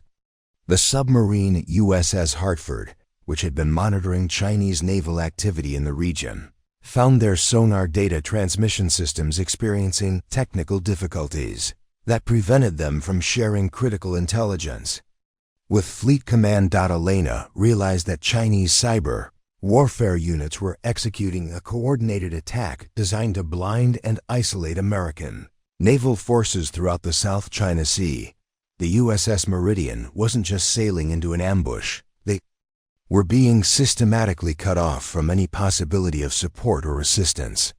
"Admiral," Elena said, her voice urgent with growing understanding, "this isn't just about the Meridian. Chinese forces are using the compromised hardware to disable our entire communication network in the region. They're isolating our naval assets to prevent coordinated response." Commander Wright's analysis confirmed Elena's assessment. The malicious software is activating across multiple naval facilities simultaneously. It's designed to create communication blackouts that would prevent American forces from coordinating defensive operations. Admiral Blackstone was already reaching for her secure phone to contact Pentagon leadership when the next crisis struck. At 0751 hours, Naval Station Clearwater's own primary communication systems began experiencing mysterious failures. The base's ability to communicate with Pacific Fleet Command, the Pentagon, and deployed naval assets throughout the region was systematically compromised. Elena watched in horror as the investigation team's diagnostic equipment revealed the scope of the coordinated attack. Chinese cyber warfare units weren't just targeting the USS Meridian. They were executing the comprehensive operation designed to neutralize American naval command and control capabilities throughout the Pacific theater. "They're cutting us off," Elena said, her voice tight with the realization of what was happening. "Chinese forces are using our own communication systems to isolate us from each other. They're creating communication blackouts that will prevent any coordinated response to their operations." The implications were staggering. If Chinese cyber units could disable American naval communications at will, they could effectively neutralize American naval power without firing a shot. Ships could be isolated from their support networks, commanders could be prevented from coordinating defensive operations, and entire naval task forces could be rendered strategically impotent. Admiral Blackstone attempted to establish communication with Pentagon leadership using her team's portable satellite communication equipment, but even these systems experienced interference that suggested Chinese forces had anticipated and prepared countermeasures for emergency communication protocols. "Ma'am," Commander Wright reported, his voice grim, "the interference pattern suggests that Chinese forces have been planning this operation for months. They've identified and prepared countermeasures for every backup communication system we might use." Elena's mind raced as she processed the implications of what they were witnessing. The Chinese operation wasn't just sophisticated, it was comprehensive and systematic. Chinese cyber warfare units had spent years infiltrating American naval communication systems, not just to gather intelligence, but to prepare for the moment when they could disable American capabilities entirely. The USS Meridian was sailing into more than just a submarine ambush. They were walking into the opening move of a carefully orchestrated operation designed to demonstrate Chinese ability to neutralize American naval power throughout the most strategically important waters on Earth. As communication failures spread across the Pacific Fleet, Elena realized that they were witnessing the implementation of a strategy that could fundamentally alter the balance of power in the region. If Chinese forces could prove that they could disable American naval communications at will, it would undermine the credibility of American security guarantees to allies throughout Asia. "Admiral," Elena said, her voice carrying the weight of absolute certainty, "we're not just looking at a tactical ambush. This is a strategic demonstration. Chinese forces are using the USS Meridian incident to prove that they can neutralize American naval capabilities throughout the Pacific."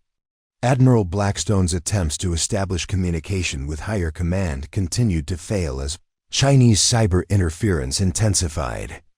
The investigation team found themselves cut off from Pentagon leadership at the exact moment when they needed to report the most critical security breach in naval history. Elena watched as the scope of the crisis expanded beyond anything she had initially imagined.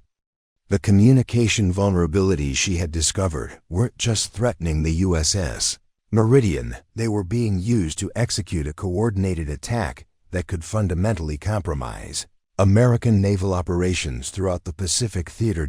With less than 2 hours before the USS Meridian entered the kill zone, and with American naval communications systematically failing across the region, Elena realized that they were witnessing the beginning of a new form of warfare. Chinese forces weren't preparing to sink American ships, they were demonstrating their ability to render American naval power irrelevant through cyber warfare capabilities that turned American technology against itself. The USS Meridian was sailing toward disaster. American naval communications were failing across the Pacific, and Elena Vasquez had become the most important person in a crisis that threatened to reshape the strategic balance of power in the 21st century. But the worst was yet to come. As Admiral Blackstone's team struggled to establish communication with Pentagon leadership, Elena realized that Chinese forces had one more surprise waiting, a demonstration that would prove their cyber warfare capabilities were even more devastating than anyone had imagined. With American naval communications failing across the Pacific and the USS Meridian sailing blindly toward a coordinated ambush, Elena realized that conventional solutions had become impossible. Admiral Blackstone's team possessed the truth about Chinese cyber warfare operations, but they were systematically cut off from every channel that could warn the destroyer or alert Pentagon leadership to the crisis. Elena stared at the diagnostic screens showing the cascade of communication failures, her analytical mind processing options that seemed increasingly desperate. The Chinese cyber attack was comprehensive and sophisticated, designed to neutralize every backup system and emergency protocol the Navy might use. But Elena's months of investigation had revealed something that even Chinese cyber warfare units might not have anticipated. She had identified a communication pathway that existed outside the compromised network entirely. "Admiral," Elena said, turning to face Blackstone with sudden determination, "there's one way to reach the USS Meridian, but it requires using equipment that Chinese forces won't expect us to access." Blackstone looked up from her failed attempts to establish satellite communication. "What equipment, petty officer?" Elena's mind raced as she formulated a plan that would either save 3,000 lives or end her military career in spectacular failure. "Ma'am, the base's emergency maritime radio system operates on different frequencies and hardware than our standard naval communications. It's designed for search and rescue operations and uses civilian maritime protocols that wouldn't be integrated with the compromised military systems." Commander Wright immediately understood the implications. "The Chinese malware is designed to target military communication networks. They might not have anticipated or prepared countermeasures for civilian maritime radio frequencies. But Admiral Blackstone raised the obvious problem. Even if we can reach the meridian through maritime radio, we can't transmit classified tactical intelligence over unsecured civilian frequencies. Chinese forces would intercept any warnings we send. Elena had already considered this obstacle, and her solution would require her to step far beyond her authority as a petty officer third class. "Ma'am, I can encode the warning using a communication protocol that Chinese intelligence services won't recognize, but Captain Mitchell and her communications staff will understand immediately." Elena's plan was based on her discovery that Captain Sarah Mitchell had attended the same advanced communications security course at the Naval War College that Elena had completed during her intelligence training. The course had included instruction in emergency communication protocols using linguistic codes that could convey tactical information through seemingly innocent civilian radio traffic. The emergency maritime frequency is monitored by multiple civilian vessels and Coast Guard stations. Elena continued, "If I transmit a distress call using specific terminology that Captain Mitchell will recognize from her advanced training, I can warn her about the submarine ambush without revealing classified information to Chinese interceptors." Admiral Blackstone studied Elena with the calculating gaze of a senior officer evaluating an unprecedented situation. "Petty officer, you're proposing to conduct unauthorized radio transmission of tactical intelligence using civilian emergency frequencies. That's a violation of federal communications law, military regulations, and international maritime protocols." Elena met Blackstone's gaze without flinching. "Yes, ma'am. But the USS Meridian will enter the kill zone in 90 minutes, and this is the only way to warn them."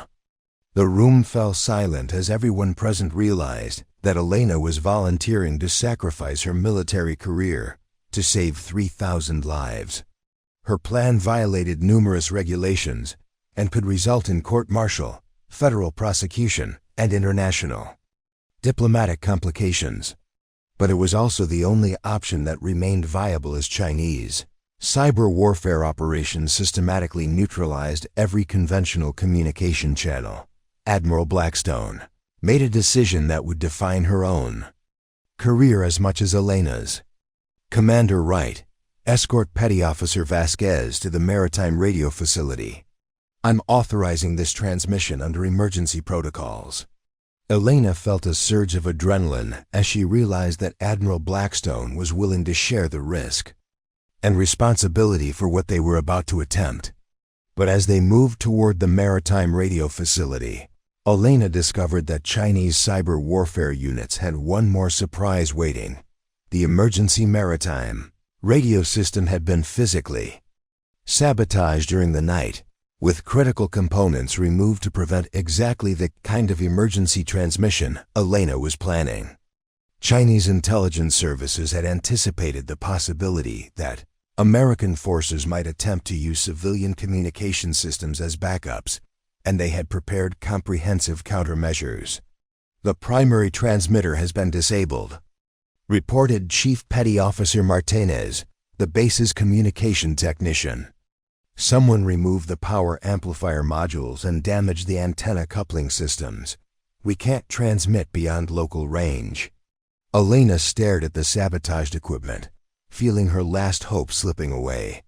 But as she examined the damaged radio system, her technical training suggested a desperate alternative that would require her to risk not just her career, but potentially her life. "Chief Martinez," Elena said, her voice steady despite the magnitude of what she was considering, "can you bypass the primary transmitter and route the signal through the base's radar antenna array?" Martinez looked at her in shock. "That's not possible. The radar system operates on completely different frequencies and power levels. Attempting to transmit radio signals through radar equipment could cause catastrophic system failures." Elena's plan was based on advanced communications theory she had studied during her intelligence training. Under specific conditions, radar antenna arrays could be modified to transmit radio signals at much higher power levels than conventional radio equipment. But the process was extremely dangerous and had never been attempted under operational conditions. Chief, I can reconfigure the radar system to function as a high-power radio transmitter for approximately 30 seconds before the system overloads. That should be enough time to reach the USS Meridian with a warning. Admiral Blackstone immediately recognized the risks Elena was proposing. Petty officer, attempting to modify operational radar equipment could cause explosive system failures. You could be killed if the power systems overload. Elena looked at the clock on the wall, calculating the USS Meridian's position based on their last known course and speed. Ma'am, the Meridian enters the kill zone in 75 minutes. This is our last chance to warn them. What Elena didn't tell Admiral Blackstone was that her plan required her to manually operate the modified radar system from the antenna control room, which would put her in direct contact with potentially lethal electrical systems. If the modification failed catastrophically, Elena would likely be electrocuted by the very equipment she was trying to use to save 3,000 lives. But Elena had spent 6 months being dismissed as a paranoid janitor while watching Chinese forces systematically compromise American naval security. She had discovered the greatest cyber warfare operation in military history, only to be silenced by bureaucratic politics and personal vendettas. She had been vindicated by Admiral Blackstone's investigation, only to watch Chinese cyber attacks neutralize every conventional solution. Elena was done being careful. She was done following protocols that protected bureaucrats while endangering sailors. She was done being invisible while 3,000 Americans sailed toward disaster. "Admiral," Elena said, her voice carrying the absolute conviction of someone who had found her moment of truth. "I'm going to modify that radar system and warn the USS Meridian, even if it kills me." Admiral Blackstone looked into Elena's eyes and saw something that reminded her why she had joined the Navy 30 years earlier: the unshakable determination to protect American lives regardless of personal cost. "Chief Martinez," Blackstone ordered, "assist Petty Officer Vasquez with whatever she needs. We're going to save the USS Meridian." Elena moved toward the radar control room, carrying with her the weight of 3,000 lives and the knowledge that the next 30 minutes would either establish her as a hero or end her life in a spectacular failure. But either way, she would not remain silent while American sailors died because she was afraid to take risks. The woman they had assigned to clean toilets was about to attempt the most dangerous communication operation in naval history. Elena's hands moved with surgical precision across the radar control panel as she initiated the most dangerous communication modification in naval history. Sparks flew from overloaded circuits as she rerouted power systems designed for radar operations into radio transmission protocols that had never been tested under these conditions. The acrid smell of burning electronics filled the control room as Chief Martinez monitored power levels that climbed dangerously toward catastrophic failure. "Power at 60% and climbing," Martinez called out, his voice tight with concern. "Elena, the system won't hold much longer." Elena's fingers flew across the jury-rigged controls as she fine-tuned the frequency modulation that would convert the base's massive radar array into a high-powered radio transmitter.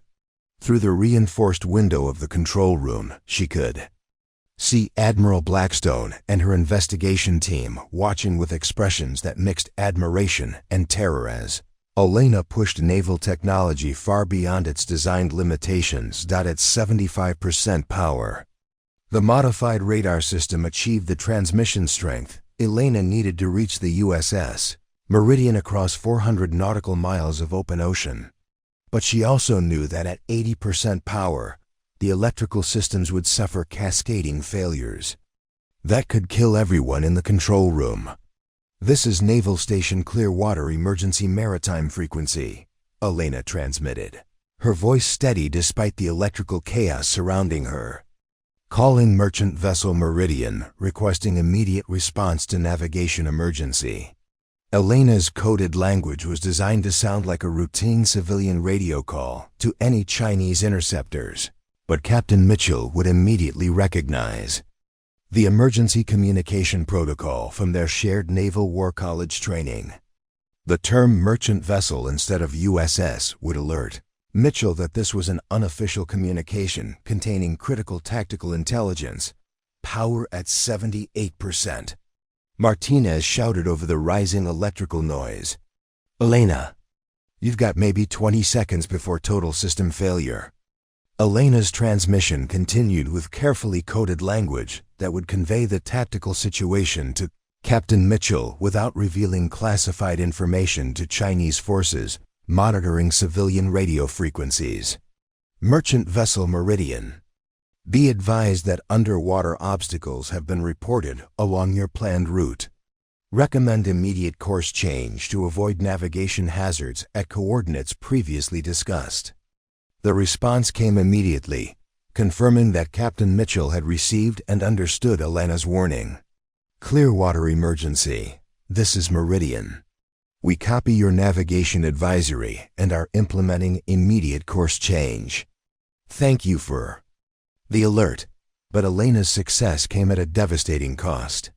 As the modified radar system reached 80% power, electrical failures cascaded through the control room with explosive force.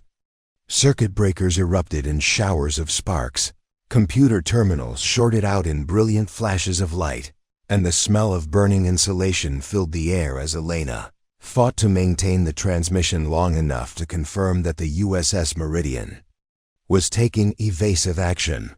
The system failure was spectacular and immediate. Elena was thrown backward as the main power coupling exploded, sending a surge of electrical energy through the control room that knocked out every electronic system in the facility. Emergency lighting activated as the regular power grid failed, bathing the control room in an eerie red glow that illuminated the smoking wreckage of what had been the base's primary radar installation. Chief Martinez rushed to Elena's side as she struggled to stand, her uniform singed and her hands burned from contact with overloaded electrical systems. "Elena, are you okay?" Elena nodded weakly, her ears ringing from the electrical explosion, but her mind focused on the critical question. Had her warning reached the USS Meridian in time? Did Captain Mitchell confirm the course change? "She did," Admiral Blackstone said, entering the destroyed control room with her investigation team. "The USS Meridian is implementing emergency evasive maneuvers and requesting immediate tactical support from the nearest available assets." Elena felt a surge of relief as she realized that her desperate gambit had succeeded. Captain Mitchell had received and understood the coded warning, and 3,000 American sailors were no longer sailing blindly toward a Chinese submarine ambush. But the celebration was premature. Elena's successful warning had triggered a chain of events that would transform the tactical situation in ways no one had anticipated. Within minutes of the USS Meridian's course change, Chinese naval forces throughout the South China Sea began responding to the altered tactical situation. Submarine contacts that had been hidden from American surveillance systems suddenly became visible as they moved to intercept the destroyer's new course. Surface vessels that had been maintaining the appearance of routine training exercises dropped their deception and began coordinating for what appeared to be immediate military action. "Admiral," Commander Wright reported, monitoring the tactical situation through portable equipment that had survived Elena's electrical catastrophe. "Chinese forces are responding as if their entire operation has been compromised. They're abandoning concealment and moving to attack positions." Elena realized that her warning to the USS Meridian had exposed the full scope of Chinese naval preparations in the region. By alerting Captain Mitchell to the submarine ambush, Elena had forced Chinese forces to reveal capabilities and positions that they had spent months carefully concealing. The tactical advantage had shifted, but it had also escalated the confrontation to a level that could trigger broader military conflict.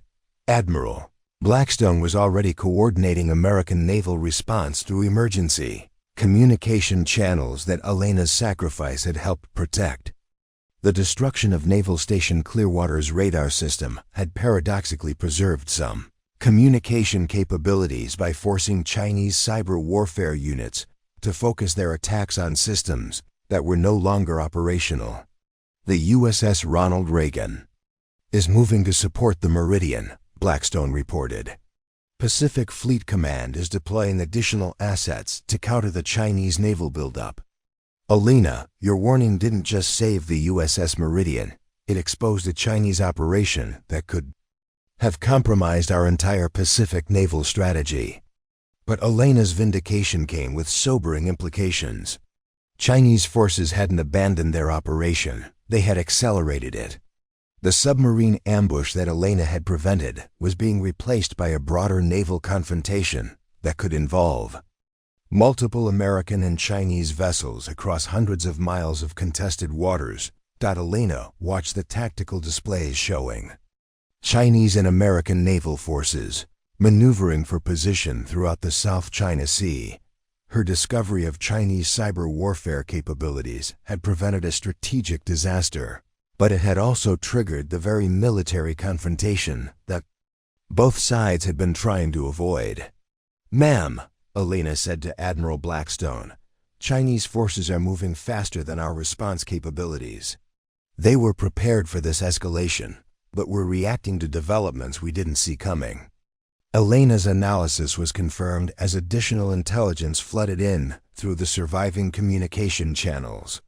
Chinese naval forces hadn't just positioned submarines near the USS Meridian's original course, they had deployed a comprehensive naval task force throughout the region, prepared for immediate escalation if their cyber warfare operations were discovered and countered.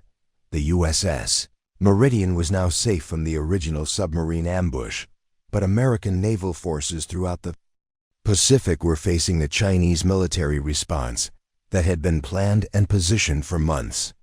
Elena's success in exposing the cyber warfare operation had forced Chinese commanders to implement contingency plans that could reshape the strategic balance of power across the entire region.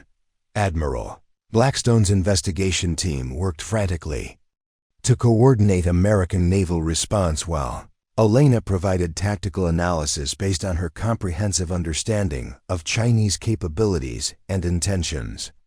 The woman who had been dismissed as a paranoid janitor 6 months earlier was now serving as a critical intelligence advisor to one of the Navy's most senior officials during the most dangerous naval confrontation in decades. Elena's warning had saved the USS Meridian and exposed Chinese cyber warfare capabilities that threatened American national security. But it had also triggered a military crisis that would test every aspect of American naval power in the Pacific theater. The stakes had escalated far beyond saving a single destroyer. Elena's actions had initiated a confrontation that could determine whether America or China would dominate the most strategically important waters on Earth.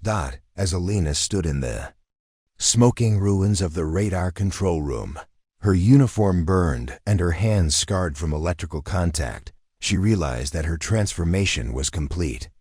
The Navy's most decorated hero had emerged from the ranks of its most dismissed personnel, proving that courage and competence could triumph over bureaucracy and prejudice when lives hung in the balance. But Elena also knew that her greatest challenge was still ahead. The military confrontation she had helped trigger would require every skill she possessed to navigate successfully, and the fate of American naval power in the 21st century might depend on the insights of a woman who had been assigned to clean toilets just hours earlier. 18 months later, Elena stood at attention in the East Room of the White House as President Harrison prepared to present her with the Medal of Honor, the nation's highest military decoration. The ceremony marked the culmination of a transformation that had begun in the smoking ruins of a radar control room and had reshaped not only Elena's life, but the entire structure of American naval intelligence operations. The citation read by: "The President captured only a fraction of what Elena's actions had accomplished.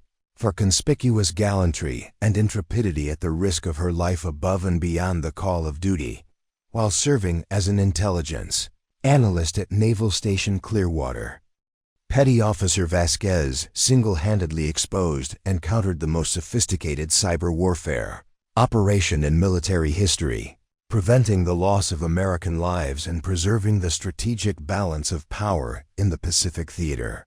Elena's burned hands, still bearing scars from her contact with the overloaded electrical systems, trembled slightly as the President pinned the star-shaped medal to her dress blue uniform.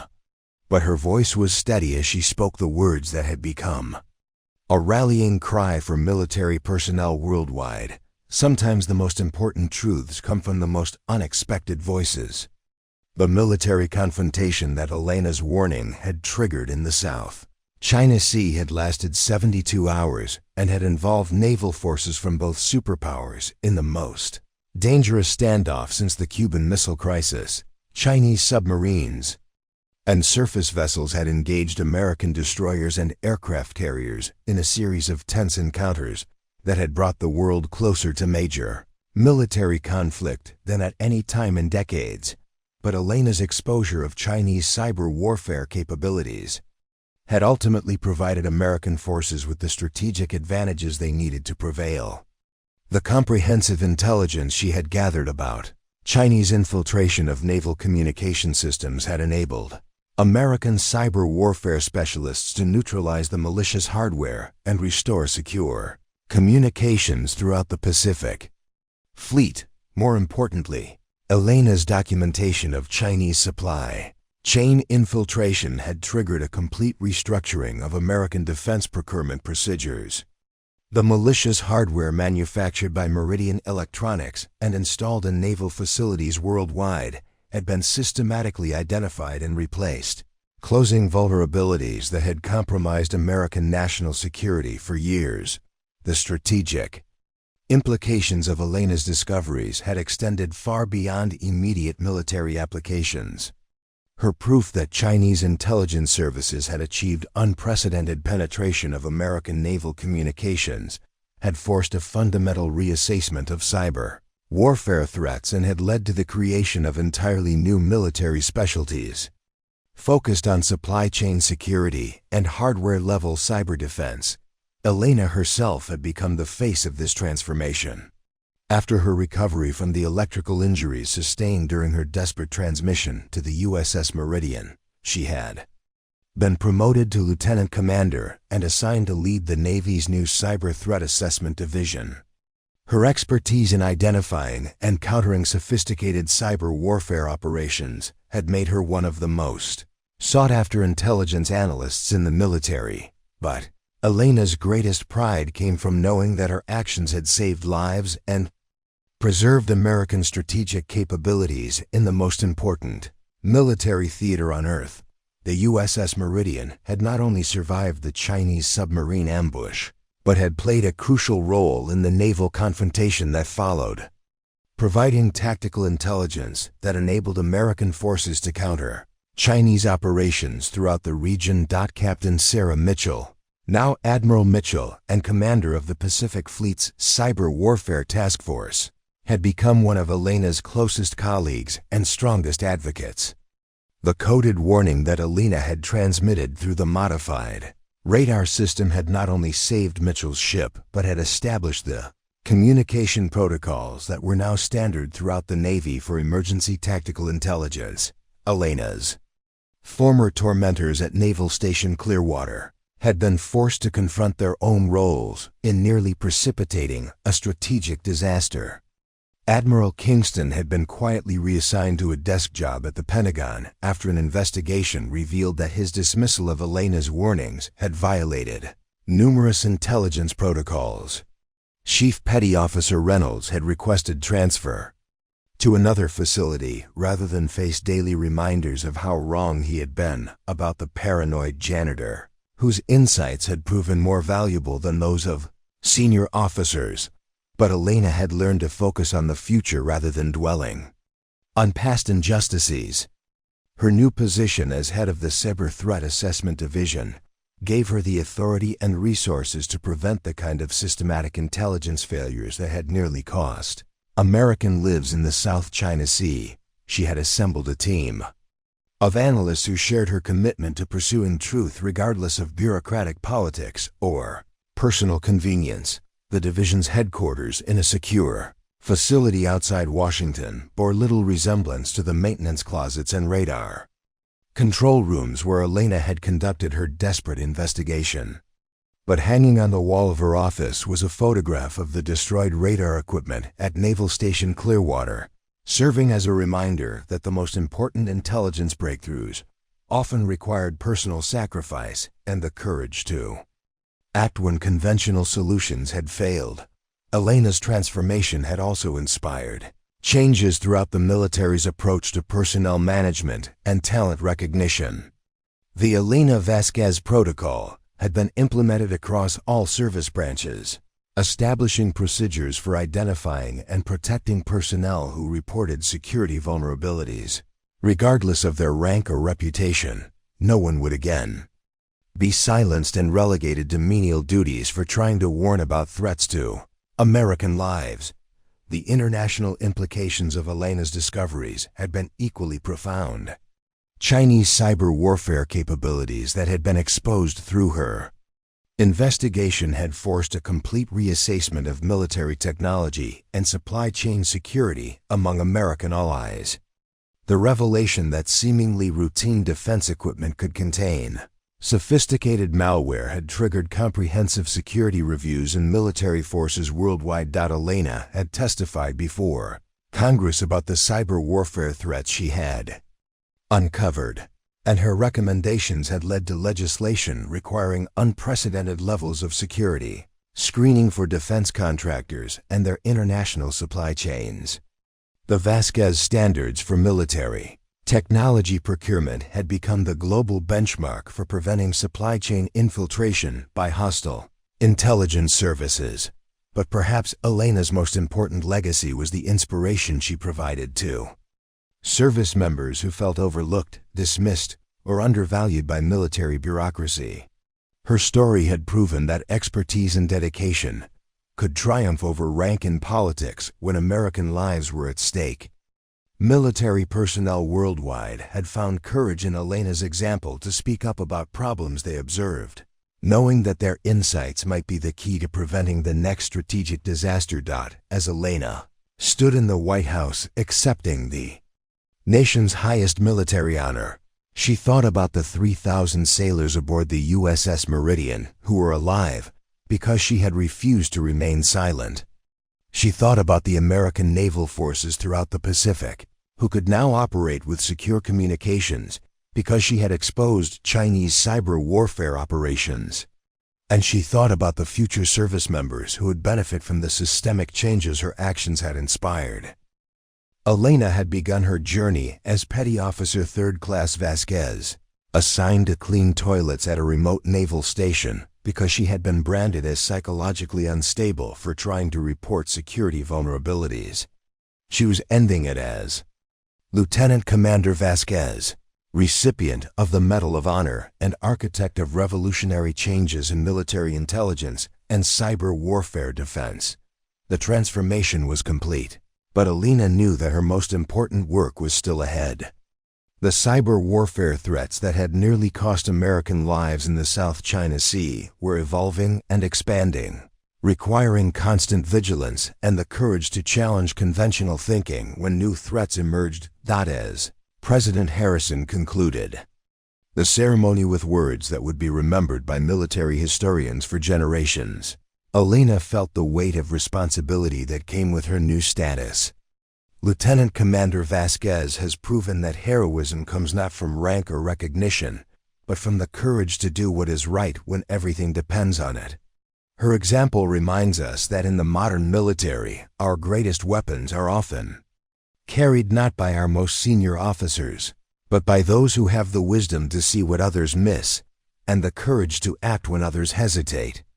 Elena had learned that sometimes the person everyone overlooks is exactly the person everyone needs. Sometimes the voice that gets silenced carries the most important message. And sometimes, the woman they assign to clean toilets is the one who will save the Navy and change the world. Walking out of the White House as America's newest Medal of Honor recipient, Elena carried with her the knowledge that truth, courage, and competence could triumph over any obstacle, and that the most unlikely heroes often achieve the most extraordinary victories. Up next, you've got 2 more standout stories right on your screen.